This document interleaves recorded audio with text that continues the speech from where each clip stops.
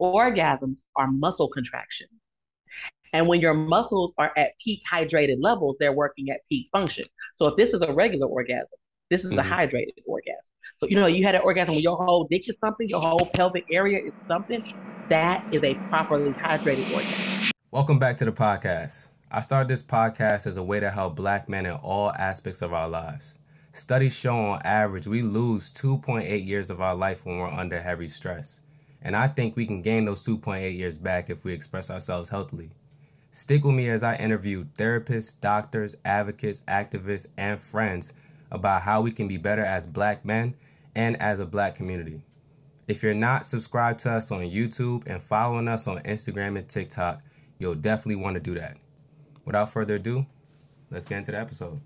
All right, y'all, I'm here with Goody Howard. Goody is a master level social worker. She's also has a master in public health. She's a sexologist, most famously known for her courses, Rideology, and then Lick, and you have a bunch of other stuff as well. Goody, how are you doing today? Yes, I'm great. Goody is great today. How are you? I'm good, man. I'm happy to have you on. Yeah, I think it's going to be a really, really dope conversation. And for those of you guys that listened to the episode, I think it was episode 60, God, Sex, and Masculinity with Brittany. Brittany recommended that I speak to Goody. So here we are. This is how these things happen on a podcast. Goody, we had a really good conversation, a really good precursor conversation before the episode. And we were talking about a variety of different things. So we're definitely going to get into sex, of course. Yes. But one of the things that intrigued me was you talking about the difference between having a husband and a partner. So can you break that down for our audience to explain what the difference is between those two? Absolutely. So I say anyone that wants a husband has never had one. Mm-hmm. Because a husband is a liability. The Mm-hmm. husband doesn't have to participate in the child rearing or the household labor or any of that stuff. And they just go to work and get the big piece of chicken, right? They feel like being present in the home and working and bringing their check home is enough. It should suffice. That is it, right? And they wholeheartedly subscribe to this traditional understanding of husbandry or partnership. Right. And then a partner is someone that participates in the division of household labor and participates actively in the co-parenting and child rearing. Is a balance. You know what I'm saying? And Mm-hmm. so you are a partner and you have a partner and you move in partnerships. So it may not fit the traditional gender roles or traditionally assigned roles in the household or whatever, but if it works for you and it is positive and healthy and balanced, then I Mm-hmm. think that's what people get caught up in. For me, I had a husband. I've been married twice. Mm-hmm. I had a husband. He is a husband. We ended that as amicably as possible. And I've been married almost 10 years to my partner. Mm-hmm. And he is amazing. And I really feel like partnership is the original intention of husband and wife. But I don't tell people I'm a husband. I don't say I'm a wife and a mother. I say I'm a partner and a parent. Because when you think Mm-hmm. about what a wife does, it's like it's myriad of things. When you think Mm-hmm. about what a mom does versus what a dad does, mom does everything. And the Right. dad just kind of, when it's time to get in trouble, wait till your dad gets home, kind of thing, right? Right. Right. Um, and so I have no interest in being a wife. I have no interest in being a mother. I'm wholly interested in parenting and partnering. Right. Man, that's a really good way of looking at it because I remember when you first said it, I was like, what do you mean that? What do you mean there's a difference between a husband and a partner, right? Like I'm thinking to myself, like, I want to be somebody's husband, I want to be my girl's husband, right? So I'm thinking to myself, Right. like, what is the difference? But the way that you break it down makes a lot of sense. And I think when I think of husbandry, I think of it from a lens of being a partner, right? But I can understand where you're coming from, and I can relate to your Hmm. sentiment because it's like a lot of times when we get caught up in like the gender roles and who should be doing what and what everybody should be doing when they come in, Hmm. that's when it can kind of get into the thought process that like the husband is really just there just to put food on the table in my monetary sense, right? And provide Yes. discipline for the kids.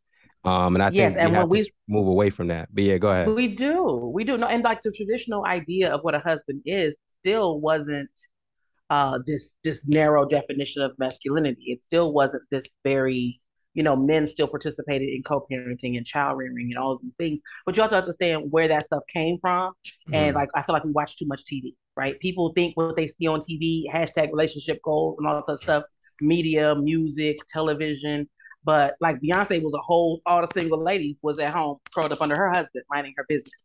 So I feel like we have to we have to understand that, words mean things, right? They are Mm-hmm. alive. They live Mm-hmm. in and on us. And when you put labels on folks, they rise to that. Like even if you've been calling your wife this whole time, or you've been calling your husband this whole time, if you shift to calling them your partner, Mm. it's gonna hit them different. And they might Mm. stop and ask you what you mean, or they may just rise to that title. And Right. so a lot of times they say, it's not what they call you, it's what you answer to. And we usually mean that like in a negative context. Mm-hmm. But what if it was like a positive situation that someone started calling, like we like, Grand Rising Queen and all this other yada yada, right? Mm-hmm. Listen, you call a girl a queen, she may start to feel a little royal. She may walk a little different. You call Mm-hmm. a man a king, he's gonna rise to that title. So if you call a human a partner, why Mm. wouldn't they ascend to a balance?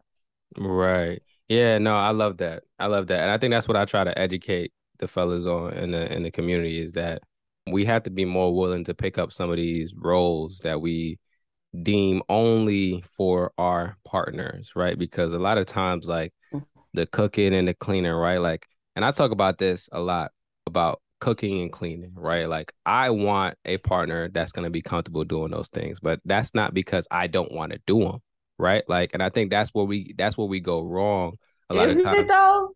Nah, it's not because I don't want to do them. It's because I want somebody that's gonna You're do gonna it do with them me. too. Yeah, that's gonna do it with me, right? Because I Oh, okay. understand, I understand this, Okay. I understand the stress of it though, right? Because Mm-hmm. I don't want to Mm-hmm. have to primarily be doing it. Like I grew up in a household that's a little bit different.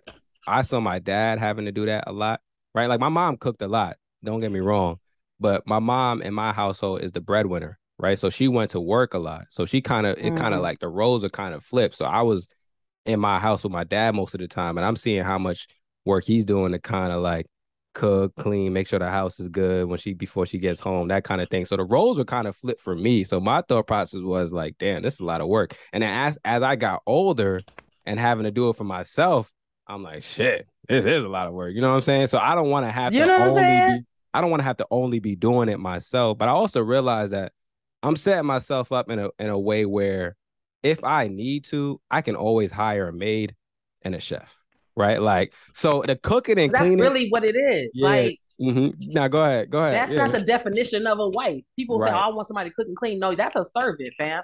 And I love the fact that you saw your dad doing it and hmm it registered as a lot for you. I Right. wonder if you saw your mom doing it, hmm would it have registered as a lot? No, it did, Because it I'm did. But just no, saying, go like ahead. if we when we we typically see mom does everything. That's Hmm just what's expected of us as maternal parents. We're just supposed to make it all happen. We're supposed to make it enough, right? hmm We're gonna cook, we're gonna clean, we're gonna take care of kids, we're gonna work outside the home, we're gonna do all these things. And a lot of us just get it done, right? And so Right. we make it look easy, even though we on the inside drowning. Struggling. Yeah. And a lot, Yeah. I think when male identified folks see male identified folks doing this work, they're like, hmm damn, it's a lot, it's hard. Yeah. But would that socialization still ring true If it if was you just my saw a mom. woman? You Yeah. know what I'm saying? And I get what you're saying, and I can speak to that too because it's interesting that you say that because I honestly have only had the conversation with my mom about how much work it was. I've never actually told my dad how much I've saw him do it because for most of my like remember, so I saw my mom working like working crazy hours and then still come home normally on like Saturday or Sunday and then cook a meal for like the week. And so then what would happen is like she'll cook on Sunday for the week. Maybe by like Wednesday, Thursday, we're out of food. And then my dad is cooking on like Wednesday, Thursday to kind of fill in the rest of the days before she gets back on the weekend to Mm, cook. So when I talk to like I've had a conversation with my mom in the past where I was like, yo, mom, like, how the hell were you doing this? Because I literally, as an adult had to, start doing it for myself, working at 9 to 5, not even the same amount of hours that my mom was working. Because my mom would right, wake up right. around like 4 a.m. sometimes. Most of the time she's waking up at 4 a.m. She's getting out the house by like 4:35. She's getting to work by like 6, and then she's not getting back home until like 8 p.m. And Mm, she's doing this from Monday to Friday. You get what I'm saying? So and then on Saturday and Sunday, those are the days where she's supposed to be resting, getting groceries and then cooking on Sunday for the rest of the week. So I had the conversation with her before I even had the conversation with my dad. I haven't even talked to my dad about like all the stuff that he's done. I actually like legit talked to my mom and sat down with her because I was like, yo, bro, this is actually insane that you were doing this for so long. And her response to me was, you'll see when you have kids. Like, you'll see. Because for her, it was like, it's not about me. It's not about what I feel and what I feel like my needs are. And that's why it's so easy for me kind of when I was in a, when I was going through my transition into adulting to kind of say, man, I don't feel like cooking. Right. But when you have kids, it's like, you can't just say, I don't feel like cooking. If you don't cook, the kids ain't eating. Unless you have unless you have a chef. Right. And we wasn't that privileged to have that. Right. So, man. Not at all. Yeah. I definitely, when not I sat at all. And I have about it, yeah, I definitely thank my mom. But yeah, go ahead. No, I'm saying I have 2 boys and 2 girls. 26, 24, 19, and 7. And like they all, I don't clean. I didn't reproduce to clean. Okay. But they don't cook. They can. Right. And I make sure they have the specialty things that they like, but I cook. Right. You know what I'm saying? I don't go to the grocery store anymore. I order groceries. But yeah, like I make sure, even though I'm awake, I'm working because that's the life of an entrepreneur. Right. I got 2 master's degrees at the same time. So I was in school, right, getting them to school. Luckily, my partner was still working. Like it's a lot, and so it has to be a community unit. And so I raised my children to understand that they are a part of this household community, so that when they grow up, they're participating in the community that they live in. So that when they grow up and get partners, yeah, they're not choosing this partner because they're hungry and their clothes are dirty. yeah. You know what I'm saying? They're choosing this partner because they like this person and they enjoy this person. So that I think we forget that we're raising other people's partners, future partners. And the way you were raised shows up in your relationships every day. Nah, that's a fact. That is a big fact. There's a lot of people that carry their parents' relationship into their relationship. It's like, well, my mom did this. Or the lack of it. Yeah, exactly, right? Like my mom did this, my dad did this, so this is how it should be. And it's like, I get it, but you're not in a relationship with your mom or dad, right? You're in a relationship with this person, right? And you got to understand what they want to do versus what you're looking for, and then you guys got to come to some kind of middle ground, right, man? And so you said something like we've been talking a lot about mothers, parenting, right? And just Black women in general, and like the work that you guys have to do, and like the family, and like what is expected of you guys. And we were having a conversation during the precursor, right? We were talking about what it means to protect Black women. And I really wanted to ask you this. Can you please break that down? Like what your thought process is on that? I really am looking forward to having like a whole like panel series discussion with men like yourself around this topic. But a lot of times when men say protect Black women, they mean physically, like protect them from harm's way, and protect them let them walk on the inside of the street when y'all walking down the street. Right. You sleep closest to the window or closest to the door when y'all are in the bed, kind of shit, right? When Black women say protect Black women, we mean emotionally, we mean mentally, we mean socially, we mean spiritually. You know what I'm saying? We ain't even got to physical yet, because in real life, every Black girl I know can fight. And I'm from Texas. We open carry out here. Fuck around and find out. That's the scientific method. You see what I'm saying? Right. So I don't need you to. I mean, I would love to have a man physically protect me, and my husband does a great job of that. But when we say protect Black women, we mean if we have children together but we're not together, don't disrespect me. If we don't communicate in the same ways and you don't understand what I'm saying, don't blow up on me. Don't stop saying bitch just because you had a daughter. Now I say bitch lovingly. I mean, I know that language means things, right? Right. But don't suddenly you feel like you need to respect women because you have a daughter. That means that you weren't protecting Black women before that, and you got a Black ass mama. If you don't have nothing else, you got a Black mama, right? So thinking about socially, allowing other spaces to exist where Black women are disrespected, allowing other races to disrespect Black women. If you are a Black man and you're in a relationship with a non-melanated woman, that is your choice. If you are with a non-melanated human being, if your partner is not Black, don't let your Black partner be disrespectful to Black people, to Black women. It shows up in all those ways. It shows up in understanding that you have a social and maybe ethnic and spiritual responsibility for your skin folk. Now, all your skin folk ain't your kin folk. I get that. Mm-hmm. But until they show you that they're not, right? You A lot of men don't understand how to be just platonic friends with women that they are not socially or responsible for or related to Mm-hmm. or attracted to. So if you're not attracted to me and you're not related to me and you're not married to me, then Mm-hmm. you don't give a fuck about how I'm doing what I'm like, none of that. Right. And understand that it's a system. And so it's not just one thing is gonna change everything.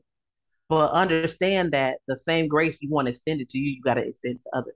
And so when we say protect black women, we mean protect black women in every aspect that you can see. If a black girl is in the airport in a bonnet, let that girl wear her bonnet and leave her alone. If you Yeah. don't like wearing bonnets in public, then don't wear a bonnet in public. Shit like that. Let black people be black people. And I think that these are extremes that I'm giving you. These are the examples that I'm pulling off the top of my head.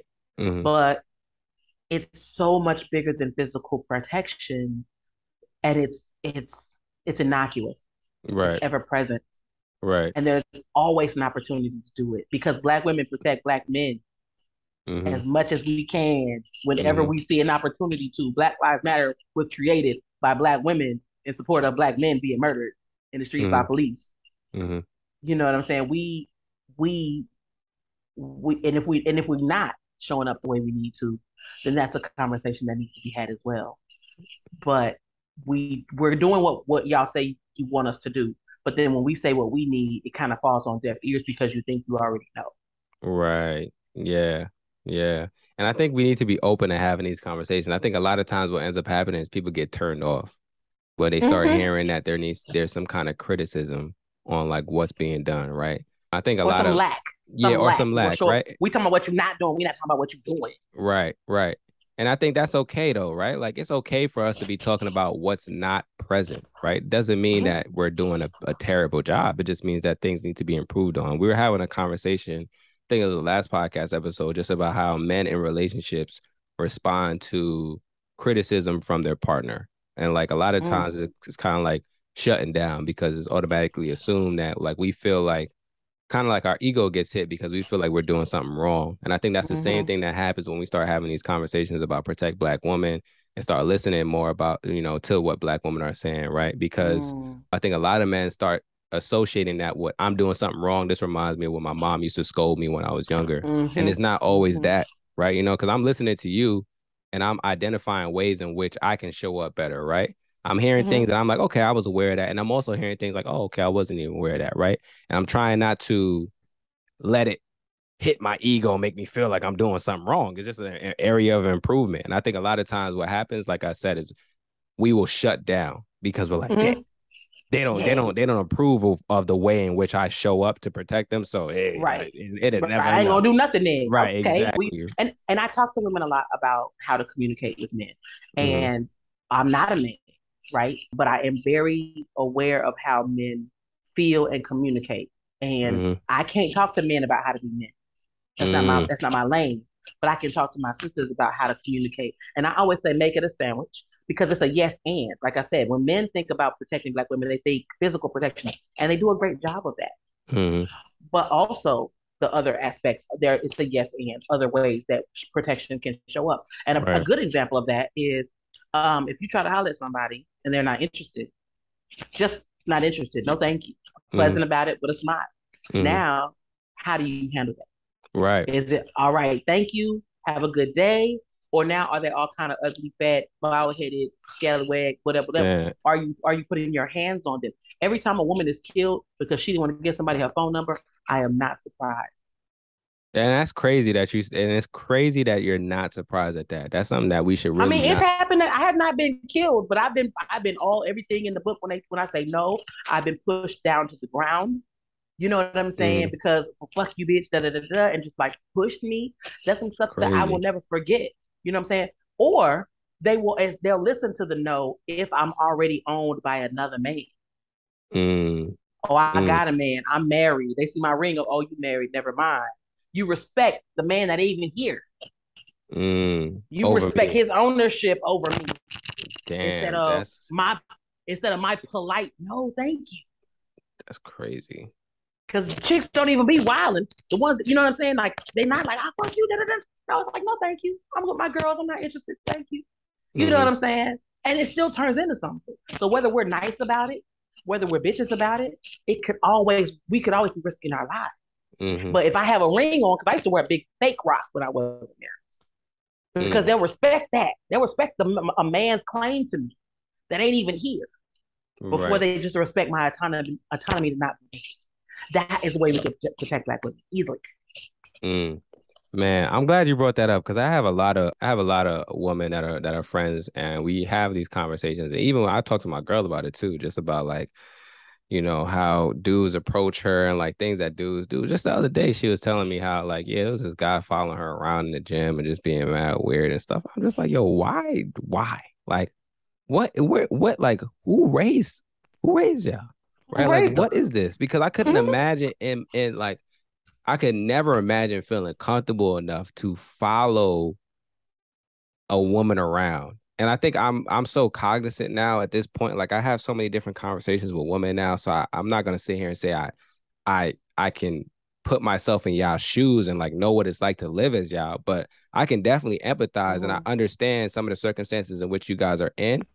And I know when certain things Mm-hmm. are I know things that make y'all uncomfortable that I wasn't even aware of in the past. Like maybe let's just say it's nighttime, right? It's 8 p.m., it's dark, and we both Mm-hmm. walking down the street. You can clearly tell that I'm a man, right? In those situations, now Mm-hmm. I'm not gonna lie, and some people may say that I'm doing too much. I would literally go in the street, like I would literally walk in the street and just and give her up the sidewalk because I don't even want you to think like I don't even want you to be uncomfortable. So I'd rather put myself in a situation where you know that I'm not a threat so that you don't have to be sitting here anxious and nervous on the sidewalk because I understand for her in that moment, she is justified to be anxious and nervous just in the society and the world that we live in.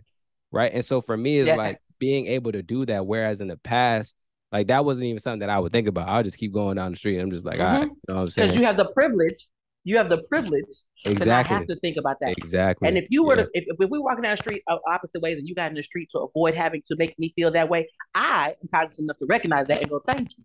Mm, I would say thank you out loud because you don't realize that when we're walking down the street behind and someone else is coming the other way, we're thinking, okay, are my keys between my fingers? Where's my shit is mace crazy. at? Damn. Where's my, you know what I'm saying? Like Mm-hmm. we not walking from our car to the building, just walking casually, traipsing. No, our keys are between our fingers, or we have brass knuckles or something, or we have mace, or we have something because you never know. Right. And black women understand, especially black women that love black men. Y'all, men in general can be dangerous. Mm-hmm. And so when we say protect black women, we don't just mean protect the ones that you're socially responsible for, or the ones you're attracted to, or the ones you're related to. We're talking about us as a whole and beyond the physical, like what that looks like beyond the physical. Because when we show up and we feel safe, Mm-hmm. we show up way different. So whatever your experiences with black women were prior to that, when you get a black woman that feels safe, she's gonna show up way different for you. People ask my husband all the time, is Goody even a good wife? Because she's so independent, she's so loud, she's this, Mm-hmm. she's that. Are Mm-hmm. you kidding me? Are you kidding me? Mm-hmm. I'm a great fucking partner, if I do say so myself. But he'll tell people, oh, Right. she a sexologist, so I know you happy. And he's Mm-hmm. like, no, like that's a bonus. Like she cool with her clothes on. Like, you know what Right. I'm saying? Like Right. Right. because I feel safe. Right. Right. Right. Yeah, and I think I That's intimacy is what happens when you're not having sex. And when your partner feels safe, they can be more vulnerable, they can be more intimate, they can have more space and giving of themselves and all of these different things, and it won't be the struggles that you're feeling. mm, Sometimes that submission comes when they feel safe. right. Sometimes that following, that leadership, and all of that men crave so much is absent because they're not protecting women the way they feel like they are. And the work that they're doing is great, but it doesn't mean that there's not room to grow. Mm. Man, you're talking about it. So you talked about submission. And anytime we talk about submission, I'm always like, yeah, we need to talk about it a little bit more because I feel like a lot of times people think of it as like a dirty word, all these different things. And Mm-hmm. one thing that I'm hearing consistently, because I follow a few like platforms where there's like women, you know, get to speak their mind and their opinion on different things. And one like a trend that I'm seeing a lot Mm-hmm. is like women saying, "Hey, well, we can't submit when we don't feel comfortable, safe, we don't feel like we can actually be vulnerable in this space because we have to do X, Y, and Z, or we have to do this, or this is not being provided, whatever the case may be. So a lot of times what I'm realizing is like, like you said, there's a lack of submission because there is a lack in the relationship somewhere, some way, shape, or form, Somewhere. right? And that Somewhere. until that Yeah. lack is identified, that submission is not going to occur, and maybe not in the way that you want it, because your partner is not able to submit. They have so many other things that they need to do.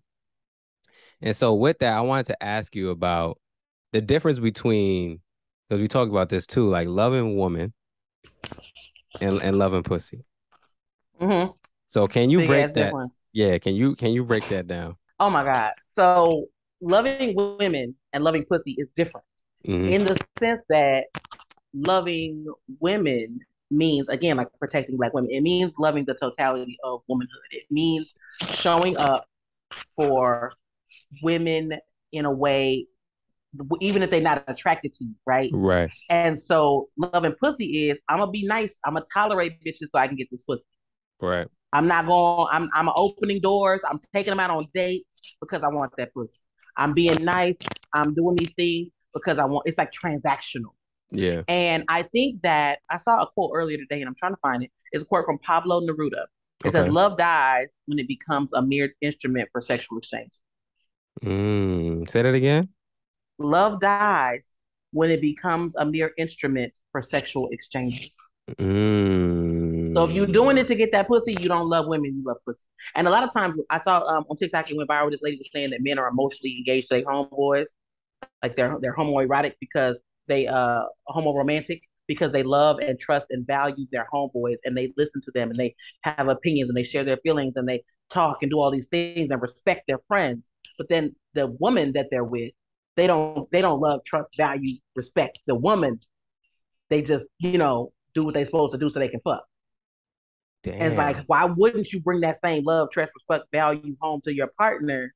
But you do all this with your homeboys, bros over hoes, is what I'm saying to you. And so that's loving pussy and not loving Man, I ain't gonna lie. I just had like a moment. And women. I'm just thinking to myself, like, yo, this is true for a lot of men. Not me. Definitely not me, because I I tell my mean, listen, listen, yeah. and we will preface some men because I know it's gonna be, oh, not all men. Da, da, da. Listen, not Yeah. all anything. We are Yeah, not of a course. monolith. Right. We're saying the proclivity toward the mass, Mm-hmm. right? The Mm-hmm. most because lived experience is informative and not definitive. But I Right. guarantee you, if you ran an IRB and did a study on this, Yeah. this is what would come of it. Yeah, absolutely. And people that listen to the podcast at least religiously or routinely know that we don't do generalizations here, but No. we do use the information to kind of make theories on what could be, what could be the majority, right? And so when I listen to this and I just start thinking about conversations that I've had with men, I'm like, damn, that might be true, man. Like a lot of times, like kind of like performing just to get pussy, right? It's in relationships Yeah, and and that's why you get a haircut. That's why you get a job. That's why you get a mm, nice car. That's why you get your necklaces, your drip, your clothes. All that is to attract women. But then when you get women, what are you doing in those relationships? If you're just maintaining this relationship for the sake of the sexual release, hmm but then when you're having conversations with your friends, y'all talk about your dreams, your hopes, your businesses, your goals, you're trusting them with all of these different parts of yourself that your girl only gets these one or two pieces, the anger and the lust. You know what I'm mm, saying? And then the hmm rest of your emotions are kind of reserved for the people where you feel safe. It may be because your partner's not making you feel safe enough to be who you are. And that's a whole nother conversation because I think the definition of Black masculinity is so narrow that a lot of women perpetuate the things that make men uncomfortable and feel like they can't be who they are with them. And to men, I say this: get a different partner. Yeah, I try. Have Yo, a conversation and get a different partner because you should be allowed to have an expansive definition of your masculinity. If you're a man and you're doing it in this man shit. right, right. You're absolutely right, and I'm glad that I'm with someone that I don't feel like I had to be a man's man. You know what I'm saying? Like I gotta, like put houses together, and that's the only thing that I can do, right? Right. Like I can operate in my full range of emotions, and she's comfortable enough to understand that, and then help me through that. Like we just had just last night. I was like, damn, bro, I miss you, man. I'm tired of this. I don't want to be alone. You know what I'm saying? Like, I wish you were here. I wish we could have a conversation. You know what I'm saying? Like stuff like that. And I know some Yeah. men that don't even feel comfortable doing that in a relationship, man. I just feel bad for them because it's like, yo, bro, like you ain't gotta be just this macho man that doesn't have feelings and emotions and that's not allowed to express these things, right? And if you No. feel that way in your It is a relationship, lonely, yeah, it's a lonely existence anyway. Like right. if you can't tell your partner you miss them, Mm-hmm. then it's lonely for you. But also imagine your partner don't even know that you miss them. Like Right. it's a hollow relationship. It's Right. a hollow existence. And the chasm of loneliness, Mm-hmm. right, is only gets wider with the lack of expression. When you feel safe, just like when women feel safe, you show up Mm-hmm. in your relationships differently. You're not just gonna be in the group chat with your boys complaining about your partner. Right. You know what I'm saying? And then Yeah. if you are complaining to your friends about your partner, have you talked to your partner about Right. Yeah. That's a big thing, man. And that's a real thing, man. We were talking to I think it was Brady that was saying this. Like a lot of the men that have like issues in their relationships will not even like open up to their partners about it, either because they don't it? feel comfortable, right? Because something may have happened in the past where they feel like their voice wasn't heard, or because they just feel scared or nervous or anxious or whatever the Yeah, case may be to do so. And so yeah, like these things end up festering, festering, festering, and turning into resentment and more difficult relationship issues that they have to deal with down the line, or they just turn to yeah. the people pleasing route, which is like I'm just gonna suck it up and just do what I need to do to keep on making sure that she's happy, even though I'm unhappy in this relationship. Right. So And that's so ridiculous and again, so lonely. And I think again that safety comes up. If men don't feel safe, they're not going to be able to be vulnerable just like if women don't feel safe. We're humans. When you right, run down the list of what a good man and a good woman is, it's the same fucking list. right, And so I think we got to separate good man and good woman to good person, good adult, right, good human, good partner, right? And so if you don't feel safe in your relationship, you're not going to be as open and honest and vulnerable. And then your relationships are built on quicksand. And the right, same thing if you don't make space for your partner to feel that as well. So hopefully we are what the change that we want to see in our relationships and the way we show up. right, And I think that if we like a woman would not be expected to be in a relationship that she didn't feel appreciated in. right. I don't think men should be in relationships that they don't feel appreciated in either. That's a fact, man. But there's a lot of men that's just like, man, this is just what I'm supposed to do. It is what it is. Men don't need to get recognition. Right. Blah blah. Blah. Just keep on trucking along. I'm like, listen, I was just having a conversation. And It was then the they last get episode. resentful. Yeah, it was the last episode. I was talking to Jason Phillips, and I was like, yo, we were just having a conversation about how, man, we need that affirmation. And there's nothing wrong with having that in a relationship. You Yeah. actually need that. Like, if I'm doing a good job, Yes. tell me I'm doing a good job so I can keep doing it. Like, I Yes. want to be affirmed, right? And Right. Because and otherwise I don't know. right, exactly, right. And then I'm just out here hoping that I'm doing a good job, but not really receiving the affirmation and validation that I am, right? And so, man, when you think about it, like, Or yeah, or or a person outside your relationship gives you that external validation that you're not getting in your oh, relationship mm-hmm, and some mm-hmm, whole other shit happens. You know what I'm yeah, saying? yeah, yeah, And so you there's no excuse, right? But yeah, you don't want to leave those doors open. And if you right, want to be affirmed and validated in your relationship, ask yourself, what am I doing to affirm and validate my partner? Because if you lead by example, mm-hmm, right, mm-hmm, then if you do, when the conversation comes up, I really would like for you to acknowledge and affirm me more. That's why I do it for you because it feels good to me. And if it feels good to me, I'm guessing it feels good to you. And I want to transfer that positive energy. So I'm trying to give to you what I want to. right, Can we do more of this? Because if you're leading by example, that should look different than just telling me I didn't tell you good job because you took the trash out. right, right, You know what I'm saying? Like you right, have to set your platform up so when you voice your concerns, you got a leg to stand on, and it don't sound like you whining yeah, because y'all true, don't want to hear us whining either. right. That's true. That's true. That's very true, man. So earlier we were talking about something. You were talking about how like everything kind of boils down to sex. And for those of us Yes. that are like, what the hell does that mean? Can you explain that? Okay, so Oscar Wilde has a quote that says Mhm. everything in the world is about sex except sex. Sex is about power. Mm, Okay. And it's true. I can connect anything in the world to the absence or presence of comprehensive sexuality education. gender and sexuality expansive, affirming culture. Like I can connect the dots to all of that shit, down to school shootings, down to protecting children from violation. All of these things are connected to the expression, oppression, or repression of sexuality. And if we're talking about comprehensive sex ed starts at potty training when we teach them the body parts that they have and the body parts that they don't have, because they need to know what's the difference, right? And then the autonomy and the boundaries and the agency and all of those things. Also, how to express and navigate negative emotions. That's sex ed at the pre-K level. Right. Now, if we have school shooters that if they had gotten this kind of training and they built on it up until the age that when they started to lose their shit and decide they want to shoot schools up, they would have gotten the training to understand how to express their negative emotions, how to navigate and manage them, and how to reach out to people if they need more support than what they really have in their circles. And they also understand boundaries and autonomy and all these different types of things. These are all interpersonal skills. These are not sexual things.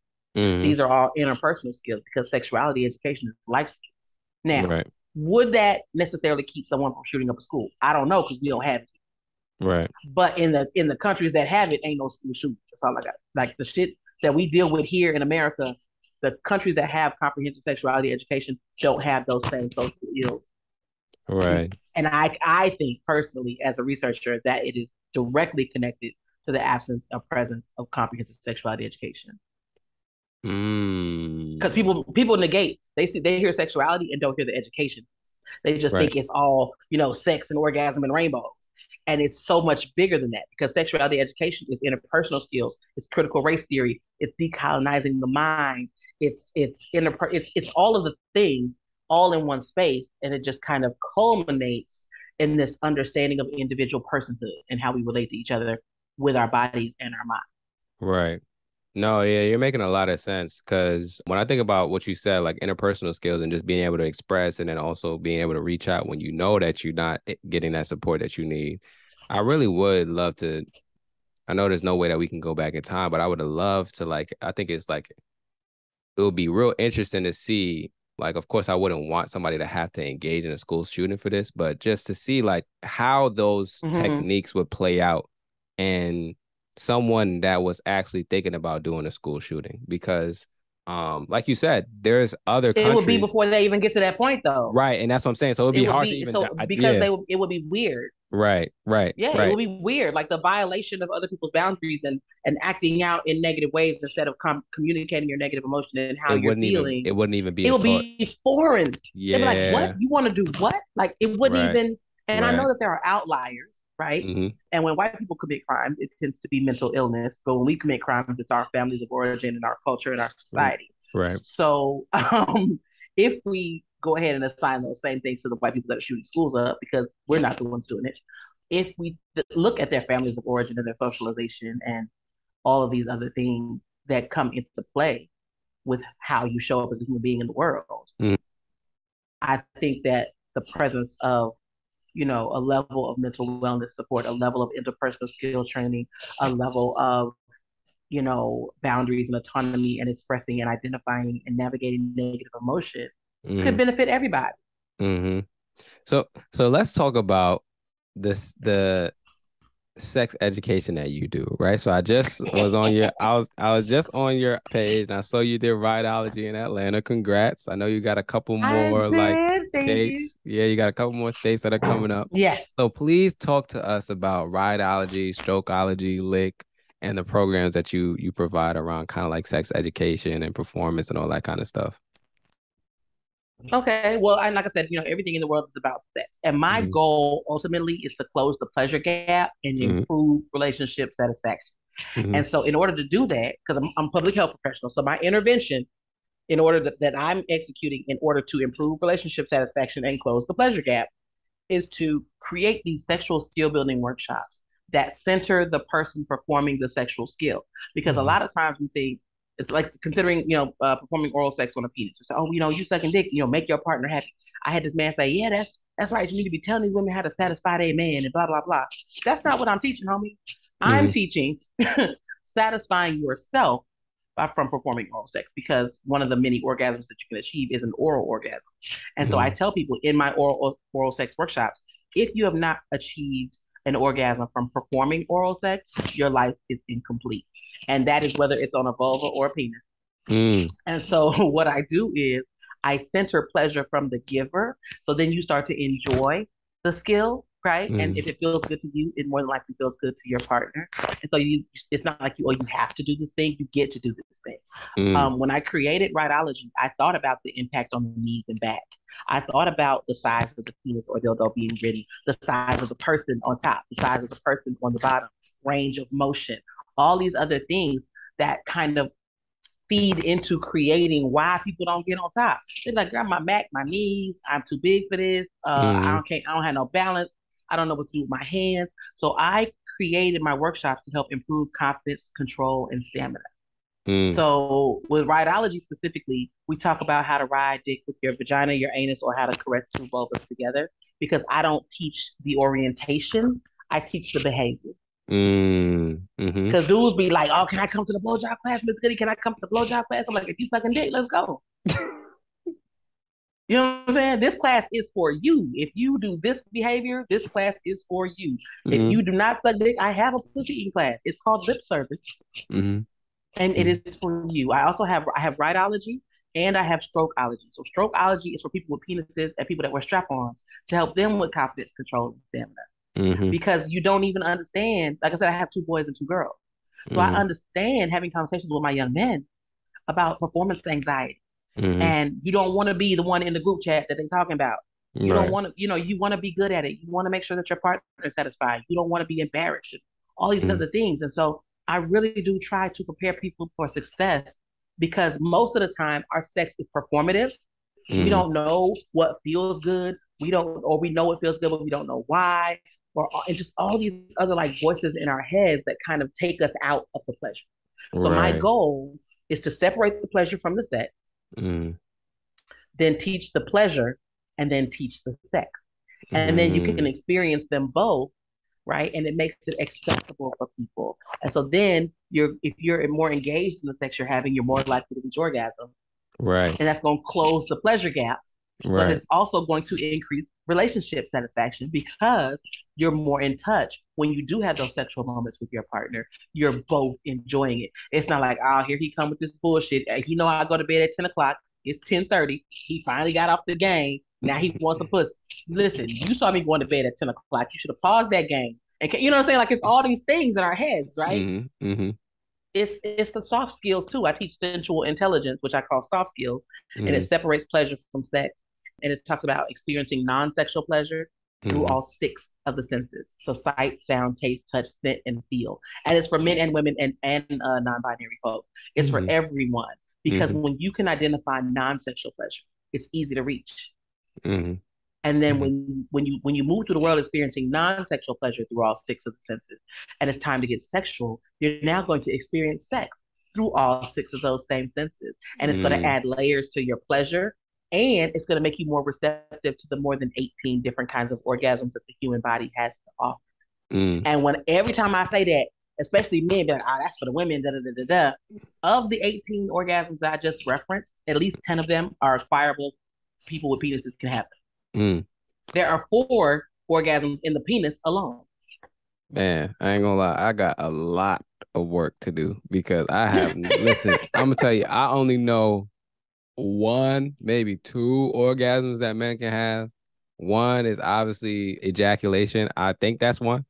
And then the other one, I don't even know if this is necessarily an orgasm. I just know because it's so intriguing to me that we have a G spot in our anus, right? And so like I Yes, know a lot of men yes. that either are completely turned off from anal play or they're into it, Hmm. right? And so like Yes. those are the only two that I know. When you're saying 10, I'm like, Let me tell you the ones that men can have.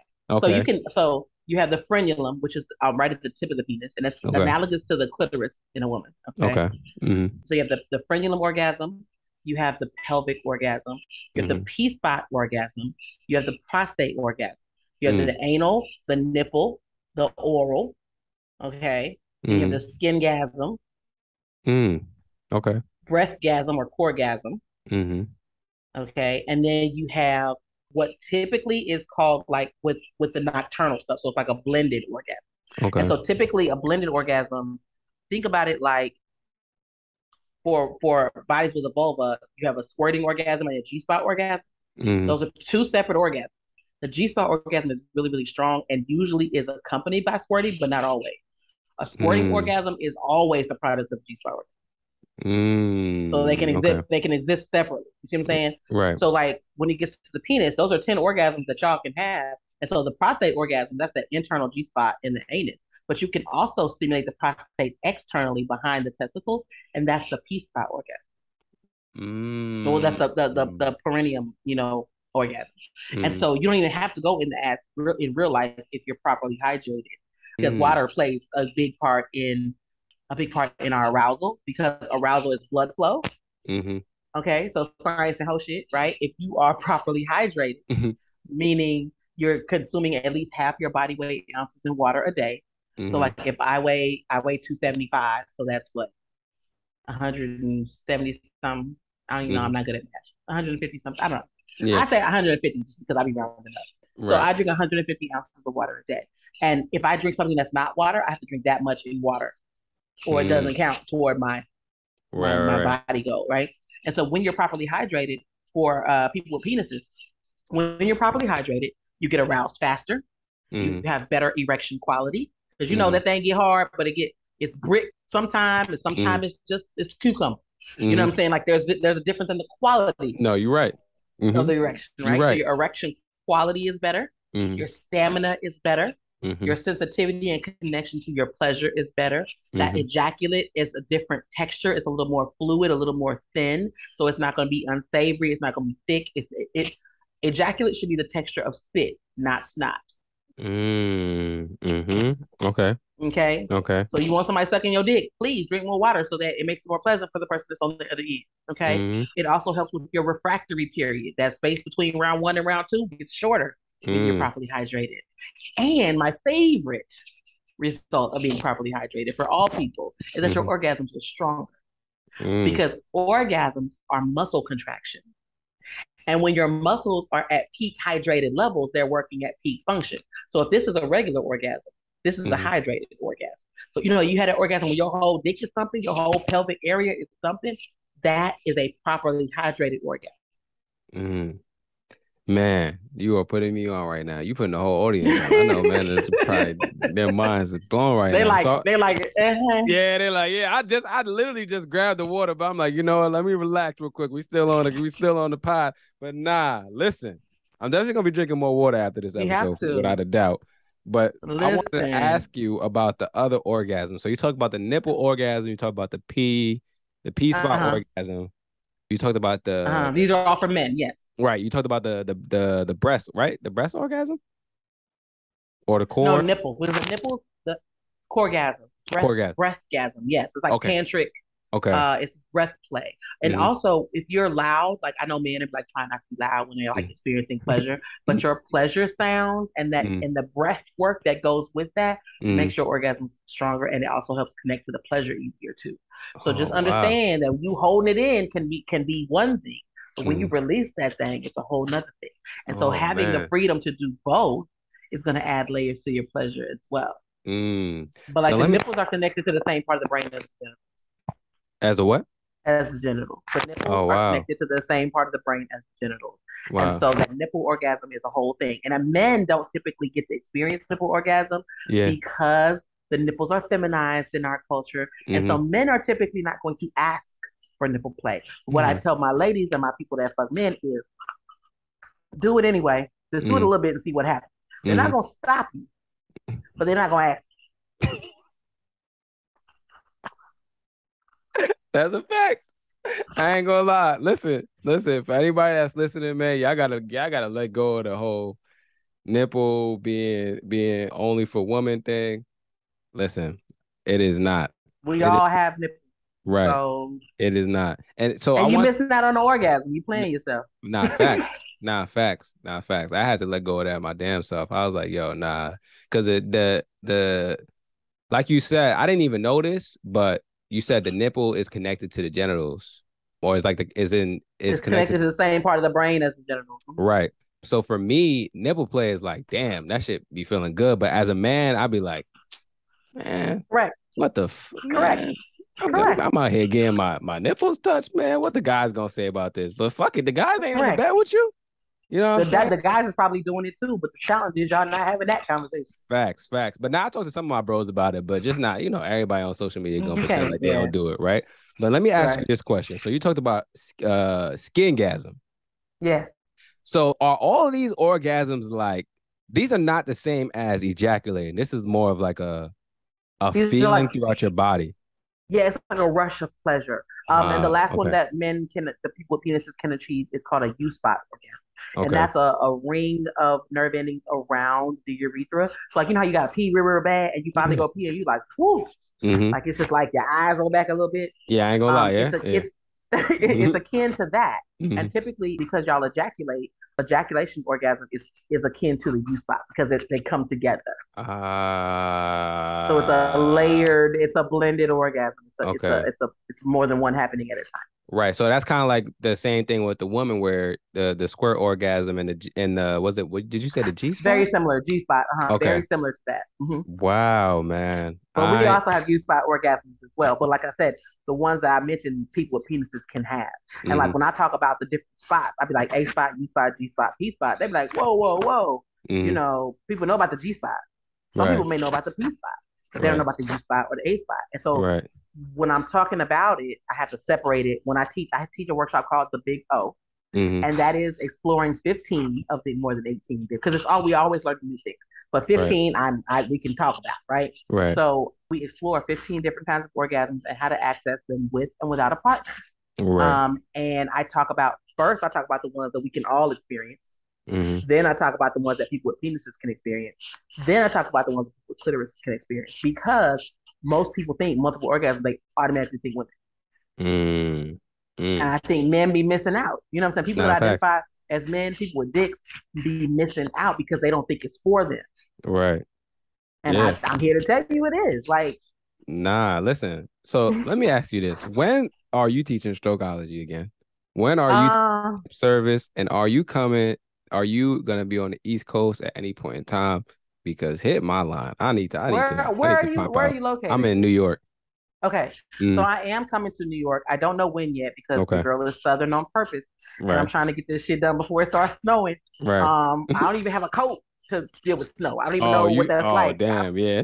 I live in Dallas, Texas. Like it's 80 degrees right now. Right. It's probably more than 80 degrees right now. I have on a hoodie because it's 60 in my house but anyway, but New York is on the list. I'll be in Raleigh, Durham, October 8th, the second weekend of October. I'll be in Raleigh, Durham.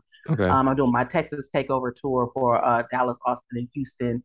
But tell people, like, listen, be on the Goody Gang. The Goody Gang is my email list. Okay. Because I get a lot of shadow banning and censorship on social media. Oh yeah, of course. Even though Meta has hired me twice to train their employees, I'm flagged on their platform. So I'm limited in what I can share. So I have my email list so that keeps people up to date, even if they actively take away my shit, right? Right. And so the Goody Gang is my email list. They get to decide where I'm going when I start traveling. They get discount codes, sexual health and pleasure information, all of that. Actually, on my 42nd birthday, I gave the Goody Gang 42% off all the sex toys, Goody gear, and replays for 24 hours. So like shit be going. Like, so be a member of the Goody Gang because that's how you find things out. But I'll definitely let you know because I would love for us to kind of figure something out. I have a good friend of mine, Kier Gaines, lives out that direction as well. Yeah, my guy. Yeah. We were on the Love on Stage show. Kev on Stage's wife had a dating show. Okay. On their app, and he and me, him and Brittany were on a panel together. Hey, that's fire. So that's how he and I met. And so we've been talking about protect Black women for a long time. And so I would love to make sure that we even connect on even like a panel type discussion. But you'll know when I'm coming for sure. Hit me. Let me know. The tour is coming though. Like when I tour, I try to make a weekend out of it. So I do like that Friday night, it'd be like a free meet and greet somewhere. And then like Saturday, it's workshop days. Like I'm doing workshops. Like I used to end up doing like 4 workshops that day. Strokeology, I'm partnering with my girl Catherine at the House of Body. She is a queer sex educator. I'm a queer Black woman, but she is like a whole queer, like she, I'm pansexual, she's gay. Mm-hmm. So that looks different, right? Right. And so we collaborated with Strokeology, and we're going to do it again. We're going to do it in person. Mm. So that I think the issue is that what I have with my classes that are for, I don't say for men because like I said, I teach behaviors, but Right. like my pussy eating class and my stroke class, Mm-hmm. typically the men buy the replays on my Mm-hmm. website because they Because they don't want to show. Yeah, it showing up means that I have to improve. Having to right, improve means that I'm not doing enough, and not doing enough means that I'm not being enough of a man. So I'd correct. rather buy the replay and do it in private. So Correct. And yep. that's crazy. I mean, I'm updating the replays now, so they will be on demand work webinars instead of replays. But Mm-hmm. I think it's unfortunate because you would take a cooking class if you want to learn to cook something new. You Right. would take a language if you want to learn a new language, you take that. It doesn't mean you Right. don't speak a good language already. Right. You know what I'm saying? Right. Like, and you can never learn everything. Exactly. That's why the term sexpert is a marketing term because it resonates with people that don't do this work. You can't be a sex expert because sex is expansive as fuck. Right. Mm-hmm. That's like being a life coach. You can't really coach life. You can coach an aspect of life. Yeah. You can be Yeah. like a timeliness coach or a management coach, or, but being a life coach is a lot. You know what I'm Mm-hmm. saying? Mm-hmm. And so I want people to understand, especially men. Listen, the fellas, please, if you don't hear nothing else I said, Mm-hmm. don't be afraid to learn something new. Don't be afraid to embrace what you already like and enjoy Mm-hmm. and just kind of expand on that. You're doing a great job. But why wouldn't you want to learn more about your own pleasure? Why wouldn't you want to learn more about your partner's pleasure? Why wouldn't you want to learn about the soft skills of sensuality to make you just enjoy life better? Like Right. when you experience non-sexual pleasure, just walking through your day, like the sun on your shoulders and laughing with your friends, and like when you can just enjoy that and sit with that and make and just like be a chef's kiss. It was non-sexual pleasure for you. Mm. It makes you move through the world with an intentional gratitude that Right. wasn't there before. So it makes you a better partner, a better friend, a better child, a better spouse, a better leader, a better human being. And you Mm-hmm. become more in touch and turn and connected to yourself. Yeah. Yeah. Y'all Oh are doing a man. great job. If you listen to this podcast, you're doing a great job because that Mm-hmm. means that you are open to hearing perspectives other than your own. Yeah. So you Yeah. are already doing a great job. And I'm here to say thank you for doing that because I know the people that are listening to this not only are listening, they're applying in their everyday lives. Yeah. And that is how you shift culture forward. Yeah. And so you already doing it, take it a step further and book a session with a sex educator. If you're interested in sex toys, I do one-on-one sex consults. Okay. And they're $75, but you get $25 gift card toward whatever you want on the website. Right. Like it's important for us to expand what pleasure looks like for us in the bedroom and outside the bedroom because intimacy is what happens when you're not having sex. And if you want to have loving, long lasting, important, intimate relationships, you have to be the change you want to see. Right. And this is Man. where it starts. Man. Goody, man. Please tell the people where they can find you. You already told them how they can support, but anything else that you may have missed, please plug in all your socials and just where people can kind of support you. Okay, well, Goody is my legal name, and everyone asks Goody things, right? So I'm Ask Goody, AskGoody on all social media platforms. The website is askgoody.com. Hell, Venmo, all the things. I'm Ask Goody everywhere with a Y, y'all. Don't IE me. Goody.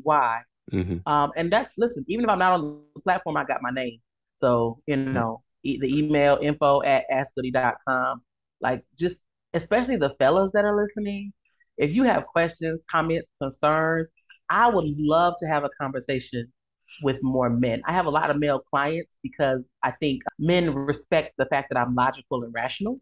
Mm-hmm. And I don't think that they associate that with womanhood often. Mm. And so I do have a lot of male clients, and I enjoy talking to men about their pleasure and about being expansive because they think it's just about their dick. Yeah. And then we start having conversations. They're like, oh shit, it's about my brain. Oh shit, Yeah. it's about my emotions. Oh shit, it's about my mental wellness. And so Mm-hmm. I love being the point where that light bulb comes on. And Yeah. I know that this podcast is that because honestly, I don't be sitting and listening to the podcast, but I listen to this one. I appreciate After that. I saw Brittany on it, I was like, okay, this is an intelligent young man, and he's Yeah, I doing the appreciate thing. So that. I've listened to quite a few episodes, and I'm excited about what you're doing. Hmm. And I can only imagine the insights Hmm. of the people that are listening and the Hmm. experiences. So Hmm. I'm excited to be part of the movie. Man, listen, I'm happy to have you. You already know that. The precursor conversation was dope. This conversation was dope as well. Anytime that you're in town or any collaborations or anything that you're looking for, hit me up. Let's figure out how we can continue to build. It should not stop here. I want to help out and however I can. So yeah, man. Absolutely. Goody, this has been a great, great, great episode. Thank you so much for coming on and dropping your wisdom. Of course. Thank you for having me. Thank you so Of much for having course. me. And I'm excited to, the support and all the things we all we got. You know what I'm saying? The community is important to me and I buy black and sell to everybody. So I Hmm. make sure that that's a core value, Right. So Yeah, I'm excited. I'm excited about everything you got going and I'm excited I'm able to be here today. So just thank you for absolutely. having me. Of course. Thank you so much.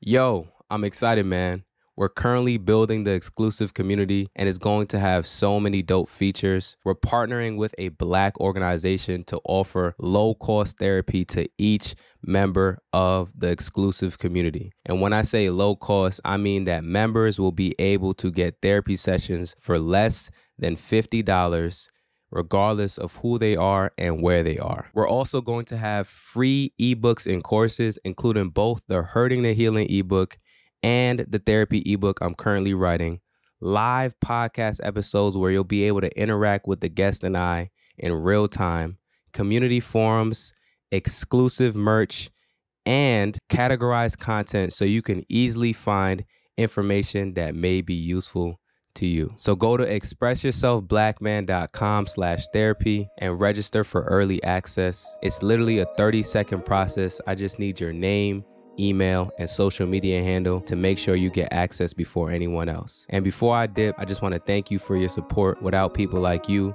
none of this would be possible. I can't wait to see you when we launch. Sometimes I know you feel like you ain't got nobody to speak to. A shoulder to lean on somebody you could preach to. No, you need to hear it, my brother, I love you. We got way too much to live for.